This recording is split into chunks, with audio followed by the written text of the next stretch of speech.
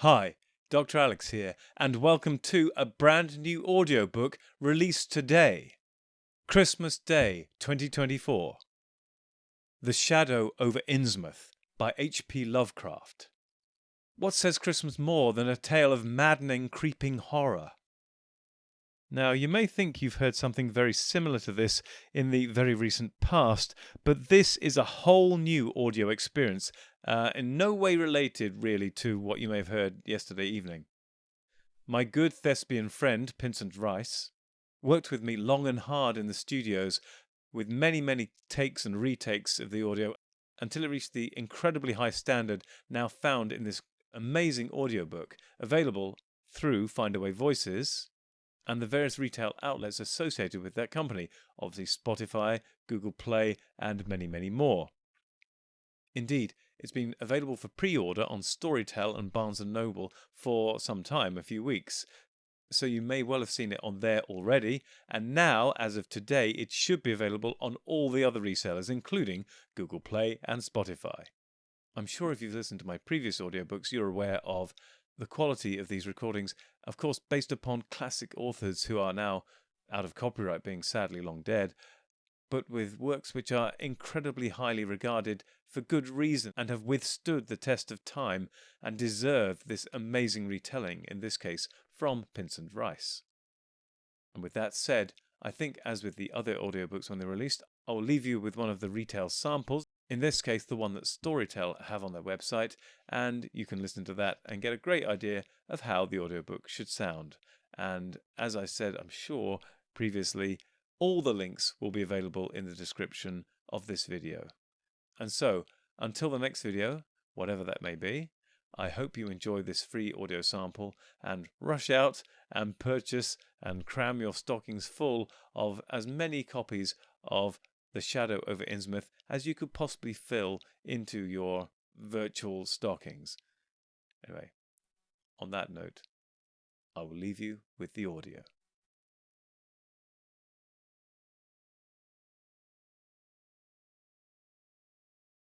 It was I who fled frantically out of Innsmouth in the early morning hours of July 16, 1927, and whose frightened appeals for government inquiry and action brought on the whole reported episode.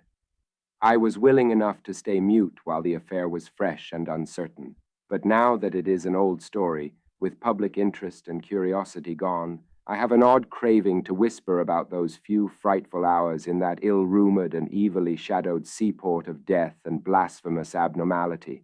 I never heard of Innsmouth till the day before I saw it for the first and, so far, last time. I was celebrating my coming of age by a tour of New England, sightseeing, antiquarian, and genealogical, and had planned to go directly from ancient Newburyport to Arkham, whence my mother's family was derived. I had no car, but was traveling by train, trolley, and motor coach, always seeking the cheapest possible route. In Newburyport, they told me that the steam train was the thing to take to Arkham, and it was only at the station ticket office, when I demurred at the high fare, that I learned about Innsmouth. The stout, shrewd-faced agent, whose speech showed him to be no local man, seemed sympathetic toward my efforts at economy, and made a suggestion that none of my other informants had offered. "You could take that old bus, I suppose," he said with a certain hesitation. "But it ain't thought much of hereabouts. It goes through Innsmouth. You may have heard about that. And so the people don't like it. Run by an Innsmouth fellow, Joe Sargent, but never gets any custom from here, or Arkham either, I guess. Leaves the square, front of Hammond's drugstore, at 10 a.m. and 7 p.m., unless they've changed lately. Looks like a terrible rattletrap. I've never been on it." That was the first I ever heard of shadowed Innsmouth. Any reference to a town not shown on common maps or listed in recent guidebooks would have interested me, and the agent's old manner of allusion roused something like real curiosity. So I asked the agent to tell me something about it. He was very deliberate, and spoke with an air of feeling slightly superior to what he said. "Innsmouth? Well, it's a queer kind of town down at the mouth of the Monuxet.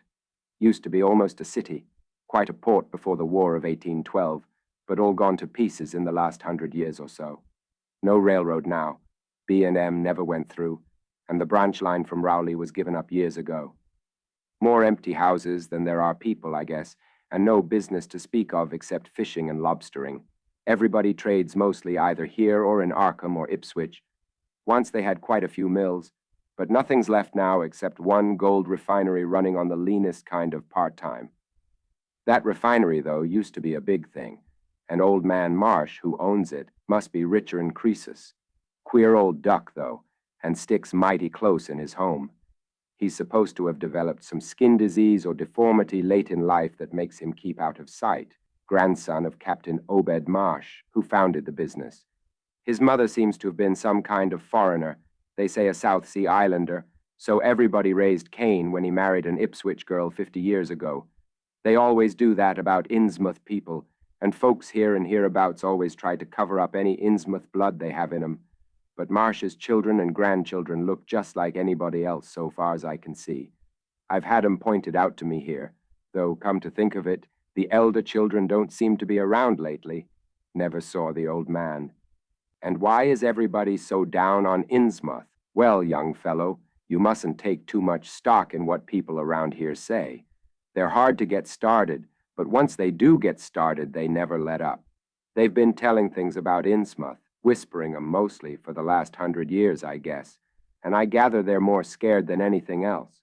Some of the stories would make you laugh, about old Captain Marsh driving bargains with the devil and bringing imps out of hell to live in Innsmouth, or about some kind of devil worship and awful sacrifices in some place near the wharves that people stumbled on around 1845 or thereabouts.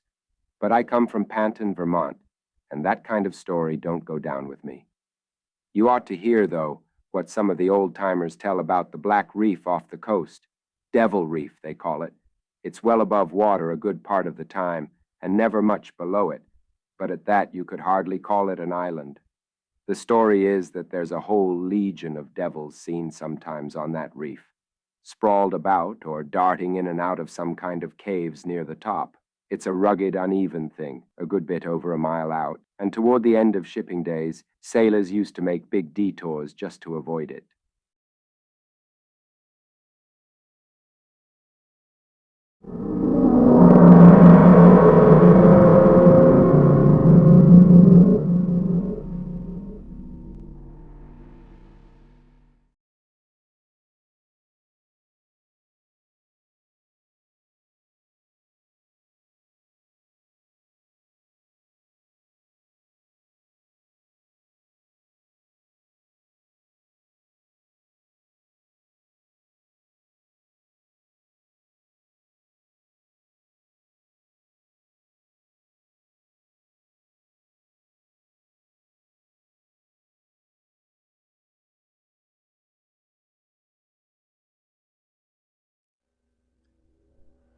Masters, mistresses, the Doctor requires materials in order to maintain the TARDIS and ensure continued functionality. He similarly requires carbon-based comestibles to sustain his own biological functions and existence. Master would never say this, but he requires aid beyond that supplied by this unit in order to acquire these. To aid the Doctor in his various tasks and creations, this can be most effectively achieved via Patreon or Substack subscriptions, or through donations directly to PayPal. Or if you desire physical goods in return for your contributions, written accounts of my travels with the Doctor are also available on Amazon. Links are in the description below. Thank you, Masters, mistresses.